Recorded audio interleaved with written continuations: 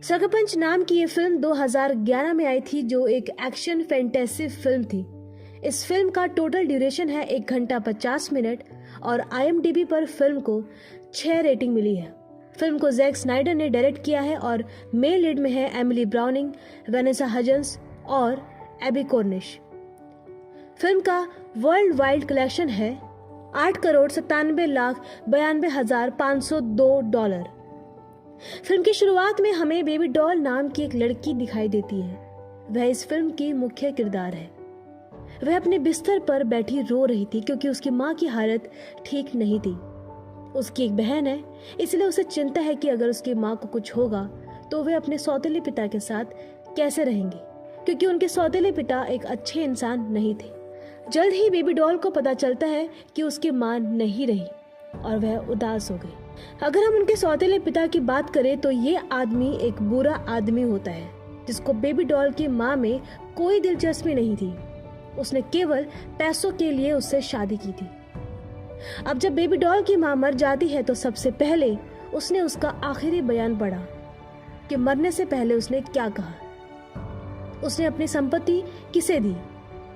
लालची आदमी को पता चलता है महिला ने अपनी संपत्ति को अपनी बेटियों के नाम कर दिया है और यह जानकर वह ईर्ष्यालु हो जाता है।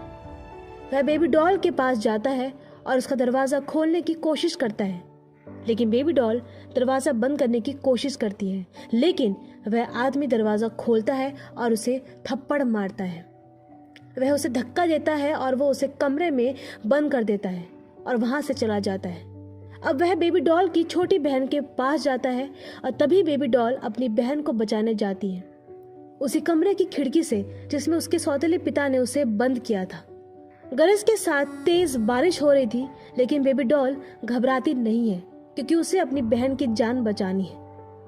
वह एक बंदूक लेती है और अपने सौतेले पिता पर गन पॉइंट करती है, लेकिन वह शॉट चूक जाता है। जब वह अपने सौतेले पिता को गोली मारती है तो गोली पीछे बल्ब को लगती है। अब उसके सौतेले पिता उसे नहीं बख्शते। अब बेबी डॉल अपनी छोटी बहन के पास जाती है ताकि वह उसे यहाँ से बाहर ले जाए। वहां जाकर वह देखती है कि उसके सौतेले पिता ने उसकी छोटी बहन को पहले ही मार डाला था। उसे देखकर वह टूट गई। जब बेबी डॉल अपने पिता से पूछने के लिए बाहर आती है तो इतने में ही पुलिस आ जाती है। उनके सौतेले पिता अब बेबी डॉल पर ही इल्जाम लगा देते हैं कि उसके हाथ में बंदूक है, उसने ही अपनी छोटी बहन को मार डाला है। माँ की मौत से वह पागल हो गई है। पुलिस उसे अपने साथ मानसिक अस्पताल में ले गई। बेबी डॉल की कोई नहीं सुनता। इसके बाद बेबी डॉल के सौतेले पिता की मुलाकात एक लड़के से होती है जो ये कहता है कि कोर्ट में सुनवाई चल रही है, लेकिन अगर बेबी डॉल सच कहेगी तो सब कुछ बर्बाद हो जाएगा। तो बेबी डॉल का पिता उस लड़के से बोलता है कि कुछ ऐसा करो कि बेबी डॉल की याददाश्त चली जाए। वह उसे कुछ पैसे भी देता है। इस पर लड़का राजी हो जाता है, लेकिन मानसिक रोगी अस्पताल में कोई किसी के इलाज के लिए कैसे जा सकता है। तभी वह एक फॉर्म लेता है और एक सीनियर मनोवैज्ञानिक के नकली हस्ताक्षर कर लेता है। यहाँ कुछ लोग बेबी डॉल के पास आते हैं। वे उसे दूसरे कमरे में ले जाते हैं, लेकिन बेबी डॉल का दिमाग तेज है। वह रास्ते में कुछ चीजें देखती है, जैसे लाइटर की आग, एक नक्शा, एक चाकू और एक चाबी। फिर बेबी डॉल की जिंदगी में एक और बुरा मोड़ आता है। वो शख्स जिसे बेबी डॉल के सौतेले पिता ने भेजा था, उसका नाम नील होता है। अब बेबी डॉल एक बेकार सी जगह पर थी जहां पर चरित्रहीन और बुरी लड़कियां थी। अब बेबी डॉल को भी उन्हीं की तरह बनाया जाएगा। यहाँ मुख्य पात्रों में एक छोटी बालों वाली लड़की है, एक उसकी बहन है और एक लड़की है जिसके काले बाल हैं, और एक ब्लंड बालों वाली लड़की है जिसे हम ब्लॉन्डी कह सकते हैं। बेबी डॉल एक जगह बैठी थी। इस बीच उसे छोटे बालों वाली लड़की की आवाज सुनाई दी। वहां जाकर उसने देखा कि किचन का शेफ उसके साथ बदतमीजी कर रहा था। बेबी डॉल ने चाकू उसके गर्दन पर रख दिया और उसे चेतावनी देती है कि आप ऐसा दोबारा नहीं करेंगे। अब बेबी डॉल एक ऐसी जगह पर आती है जहां उसकी सीनियर मनोवैज्ञानिक है, जो अब उसकी डांस टीचर भी होती है, और वो उसे कहती है कि डांस करो। बेबी डॉल उसे कहती है कि मैं अच्छा डांस नहीं कर सकती। उसकी टीचर कहती है कि खुद पर भरोसा रखो, अपनी आंखें बंद करो और नाचो। बेबी डॉल जैसे ही अपनी आंखें बंद करती है वह कहीं और पहुंच जाती है। वह जगह किसी पुराने मंदिर जैसे लग रही थी। जब बेबी डॉल अंदर जाती है तो वह एक आदमी से मिलती है। उसके पास कुछ हथियार है।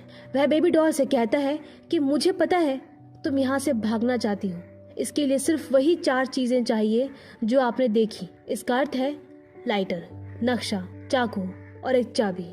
इसके अलावा 5वीं चीज जो आपको चाहिए वह आपके अंदर है। आपको इसकी तलाश करनी होगी। इसके साथ ही आदमी बेबी डॉल को तलवार देता है और फिर वह गायब हो जाता है। बेबी डॉल को पीछे से कुछ आवाजें सुनाई दी और जब उसने पीछे देखा तो 3 आदमी थे और उनकी पोशाक योद्धाओं की तरह थी। वे अजीब टोपी पहने हुए थे। वे बेबी डॉल पर हमला करने आते हैं। उनमें से एक बेबी डॉल पर हमला करता है जिससे वो दूर जाकर गिरती है, लेकिन जल्द ही वह साहस जुटा लेती है और उनके हमले से बचने के लिए वह ऊपर उछल जाती है और अंत में वह पहले योद्धा के सिर पर तलवार मारती है और उसे मार देती है। इसके बाद वह अन्य योद्धाओं को तलवार से मार देती है। उन्हें मारने के बाद वह उन पर चलते हुए आगे बढ़ती है और फर्श पर आ जाती है। यहाँ एक अजीब बात होती है, जब उसने आखिरी योद्धा को मार डाला तो वह असली दुनिया में जाग गई थी। वह सभी उसकी सराहना करते हैं। वाह बेबी डॉल, आपने बहुत अच्छा डांस किया है। बेबी डॉल भी हाफ रही थी। इसका मतलब वह इस दुनिया में नाच रही थी और इसी बीच वह दूसरी दुनिया में लड़ रही थी। अगले दिन हम बेबी डॉल को देखते हैं। वह वहाँ की लड़कियों से कह रही थी कि क्या तुम इस जिंदगी से खुश हो। वे लड़कियां कहती है कि हम कैसे खुश रह सकते हैं। बेबी डॉल कहती है तो क्या हम यहाँ से भाग जाएं? वो लड़कियां हाँ कहती हैं। बेबी डॉल उन लड़कियों का मतलब गोरी काले बालों वाली लड़की, छोटे बालों वाली लड़की और उसकी बहन से बताती है कि हमें किन चीज़ों की ज़रूरत है। इसमें आप भी मेरी मदद करेंगे। वे एक योजना बनाते हैं और जब बेबी डॉल नृत्य कर रही होगी तो छोटे बालों वाली लड़की ब्लू के कार्यालय में जाएगी। वह उसे बताएगी कि बेबी डॉल नाच रही है। वह यहाँ आएंगे और इस बीच लड़की वहाँ से नक्शा लेगी। अब बेबी डॉल अपना डांस शुरू करती है और उनका डांस देखने के लिए ब्लू भी वहाँ मौजूद था। इस बार जब बेबी डॉल अपनी आंखें बंद करती है तो वह फिर से उसी दुनिया में पहुंच जाती है। यहाँ वह आदमी फिर से बेबी डॉल के पास आता है और वह कहता है कि आज तुम्हें नक्शा लेना है। नक्शा एक कक्ष में है जिसमें एक जहरीली गैस है। उसे रोकने के लिए कई लोग भी होंगे। इधर बेबी डॉल ने नोटिस किया कि वह अब अकेली नहीं थी, लेकिन अब 4 लड़कियां उसके साथ हैं। वे एक चैम्बर में जाते हैं और वे नक्शा लेने ही वाले थे कि इसी बीच कुछ लोगों ने उन पर हमला कर दिया। उनमें से कुछ लड़कियां उन पर फायरिंग शुरू कर देती है और कुछ कराटे शुरू कर देती है। उनसे लड़ते हुए उन्हें नक्शा मिल जाता है, जिससे बेबी डॉल जाग जाती है। बेबी डॉल के डांस की आज भी हर कोई तारीफ करता है और वहीं दूसरी ओर उस युवती ने नक्शे की कॉपी भी चुरा ली है। अब ब्लू भी डांस परफॉर्मेंस से खुश हो जाता है। उनकी योजना है कि एक और नृत्य प्रदर्शन होगा और हम इससे पैसे कमाएंगे। इसके बाद जब वह अपने ऑफिस जाता है तो देखता है कि उनके नक्शे में एक और छेद है जो उसे अटैच करते समय बन जाता है। फोटोकॉपी मशीन भी गर्म थी, यानी किसी ने उसकी कॉपी ले ली है। यहाँ उसको शक हो जाता है और उधर बेबी डॉल फिर से अपने दोस्तों के साथ योजना बना रही है। अगली चीज जो हमें चोरी करनी है वह है लाइटर। जैसा कि ब्लू ने कहा, एक और नृत्य प्रदर्शन की व्यवस्था की जाएगी और इससे धन की प्राप्ति होगी और यह कोई और नहीं बल्कि मेयर के लिए है। जैसे ही मेयर यहाँ आएगा, आप में से किसी एक को उसकी जेब से एक लाइटर चुराना होगा। काले बालों वाली लड़की को आज लाइटर को चोरी करने का काम दिया जाता है। अब फिर से डांस परफॉर्मेंस शुरू होती है और बेबी डॉल ने आंखें बंद कर ली, जिससे वो एक अंधेरी जगह पर पहुंच जाती है। उन्हें एक ड्रैगन के गले से 2 रत्न चुराने हैं। उन रत्नों को रगड़ने के बाद आग निकलती है, इसलिए उन्हें इसे प्राप्त करना होगा। काले बालों वाली लड़की विमान उड़ा रही थी और ब्लॉन्डी भी उसके साथ थी और उनके हाथ में अलग अलग हथियार हैं। वे ड्रैगन तक पहुंचते हैं और वे इसके कंठ से रत्न निकाल लेते हैं। इससे पहले कि बेबी डॉल उन्हें रगड़ते हुए आग लगा पाती तो उसकी माँ वहां आ जाती है, यानी बड़ा ड्रैगन। फिर बेबी डॉल रत्नों को रगड़कर आग लगा देती है। अन्य लड़कियां भी ड्रैगन को आग लगाकर मार देती है और हर तरफ आग ही आग थी। और फिर बेबी डॉल जाग जाती है। हर कोई पहले की तरह उनकी तारीफ कर रहा था और मेयर भी उससे प्रभावित था। जब उसने अपना लाइटर खोजा तो वह नहीं मिला। ब्लू उनके पास आता है और कहता है कि मुझे तुम पर शक है, तुमने मेरे नक्शे की कॉपी और लाइटर भी चुरा लिया है। क्या हो रहा है? डर के मारे गोरी लड़की अपने डांस टीचर को बताती है, यानी उस साइकोलॉजिस्ट को, और वह अब उनके प्लान में भी नहीं थी। बाकी लड़कियों को अगला प्लान शेफ से चाकू लेने का था। वे उसके किचन में जाते हैं और दरवाजा बंद कर लेते हैं। इधर बेबी डॉल नाचने लगती है और आंखें बंद करते ही वह दूसरी दुनिया में पहुंच जाती है। इस बार उनका मिशन ट्रेन में बम को डिफ्यूज करना था। इसके बाद उन्हें बम भी अपने साथ ही लाना है। वे रोबोट को फायर करते हुए ट्रेन के अंदर चले जाते हैं और अंत में वे बम तक पहुंचते हैं। जल्द ही वे इसे डिफ्यूज कर देते हैं और इसी बीच एक रोबोट वहां आता है और बम को फिर से चालू कर देता है। तभी बेबी डॉल जाग जाती है क्योंकि वह रेडियो ऑन करते हुए डांस कर रही थी। संगीत अचानक बंद हो जाता है और उसकी परफॉर्मेंस रुक जाती है। इससे शेफ को भी होश आ जाता है। उसने देखा कि एक लड़की उसका चाकू चुरा रही है। वह उसे धक्का देता है तो रेडियो का तार जो पानी में था, जिससे शॉर्ट सर्किट होता है, वह भी पानी से बाहर आ जाता है और संगीत फिर से शुरू हो जाता है। लेकिन शेफ ने अपना दूसरा चाकू भी उठा लिया और वह लड़की को मारने वाला था। इसी बीच बेबी डॉल उसकी दुनिया में आ जाती है। वह देखती है कि बम ऑन करने के बाद ब्लास्ट होने वाला था। यहाँ छोटे बालों वाली लड़की का जेट क्षतिग्रस्त हो गया। वह वहां से अपनी बहन को बचाकर ले जाती है। तकनीकी खराबी के कारण उसका जेट ब्लास्ट हो जाता है और इसमें वह मर जाती है। इधर वास्तविक दुनिया में हम देखते हैं कि जब सैफ उस लड़की को मारने के लिए अपना चाकू घोंपने ही वाला होता है तो उसकी बहन यानी छोटे बालों वाली लड़की वहां आती है और वह अपने जीवन का बलिदान देती है और यहाँ वो मर जाती है। अब ब्लू यहाँ आता है और वह उस लड़की को बंद कर देता है जो शेफ का चाकू चुरा रही थी। इसके बाद वह दूसरी लड़कियों के पास आता है और कहता है कि तुम सब चोर हो। इसके बाद ब्लू गोरे और काले बालों वाली लड़की को भी गोली मारता है। इसके बाद ब्लू बेबी डॉल के पास जाता है और उसे टॉर्चर करने लगता है, लेकिन बेबी डॉल के पास चाकू है। वह चाकू उसके सीने और कंधे में घूम देती है और उसके गले से चाबी लेती है और वहां से चली जाती है। बेबी डॉल छोटे बालों वाली लड़की की बहन के पास जाती है और वह कहती है कि केवल हम ही बचे हैं और हमें यहाँ से जाना है। उन्होंने उस जगह में आग लगा दी और इसका मतलब है कि उन्होंने एक चीज का इस्तेमाल किया है, लाइटर।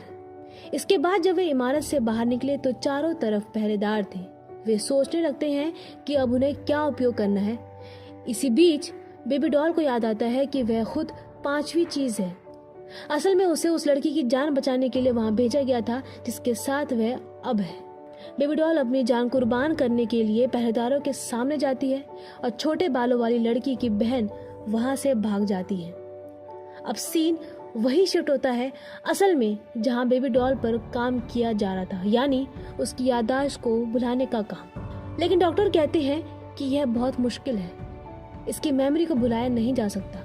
तभी सीनियर साइकोलॉजिस्ट वहां आती है। वह कहती है कि मैंने आपको पहले ही बता दिया है कि उसका इलाज नहीं हो सकता।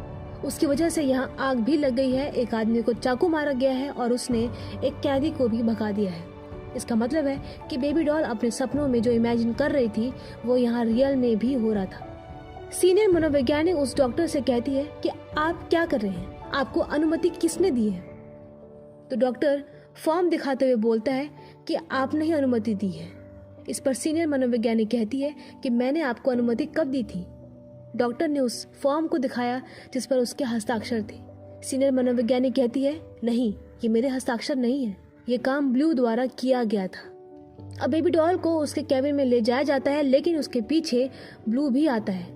उसे देखते ही पुलिस उसे अपने साथ ले जाती है, लेकिन वह चिल्लाने लगता है और सीनियर साइकोलॉजिस्ट और पुलिस को सब कुछ बता देता है कि ये सब मैंने नहीं किया है, मुझे ऐसा करने के लिए कहा गया था और वह उस लड़की का सौतेला पिता था। फिल्म के अंत में हम उसी कैदी लड़के को देखते हैं जिसे बेबी डॉल ने यहाँ से फ्री करवाया था। वह एक स्टेशन पर थी और पुलिस ने उसे रोक दिया। इसी बीच एक ड्राइवर पुलिस से कहता है कि उसे जाने दो। वह पुलिस से ऐसा कुछ कहता है कि जिसकी वजह से पुलिस उसे नहीं पकड़ पाती। इस तरह इस लड़की को बचा लिया गया। और यह एक अजीब बात थी कि कहानी बेबी डॉल से शुरू होती है और इस लड़की के साथ समाप्त होती है। और लड़की को बचाने के लिए तरह तरह के उपाय किए गए और लास्ट में ये लड़की उस बस में बैठ जाती है और वो बस चलने लगती है और यहीं पर फिल्म समाप्त हो जाती है।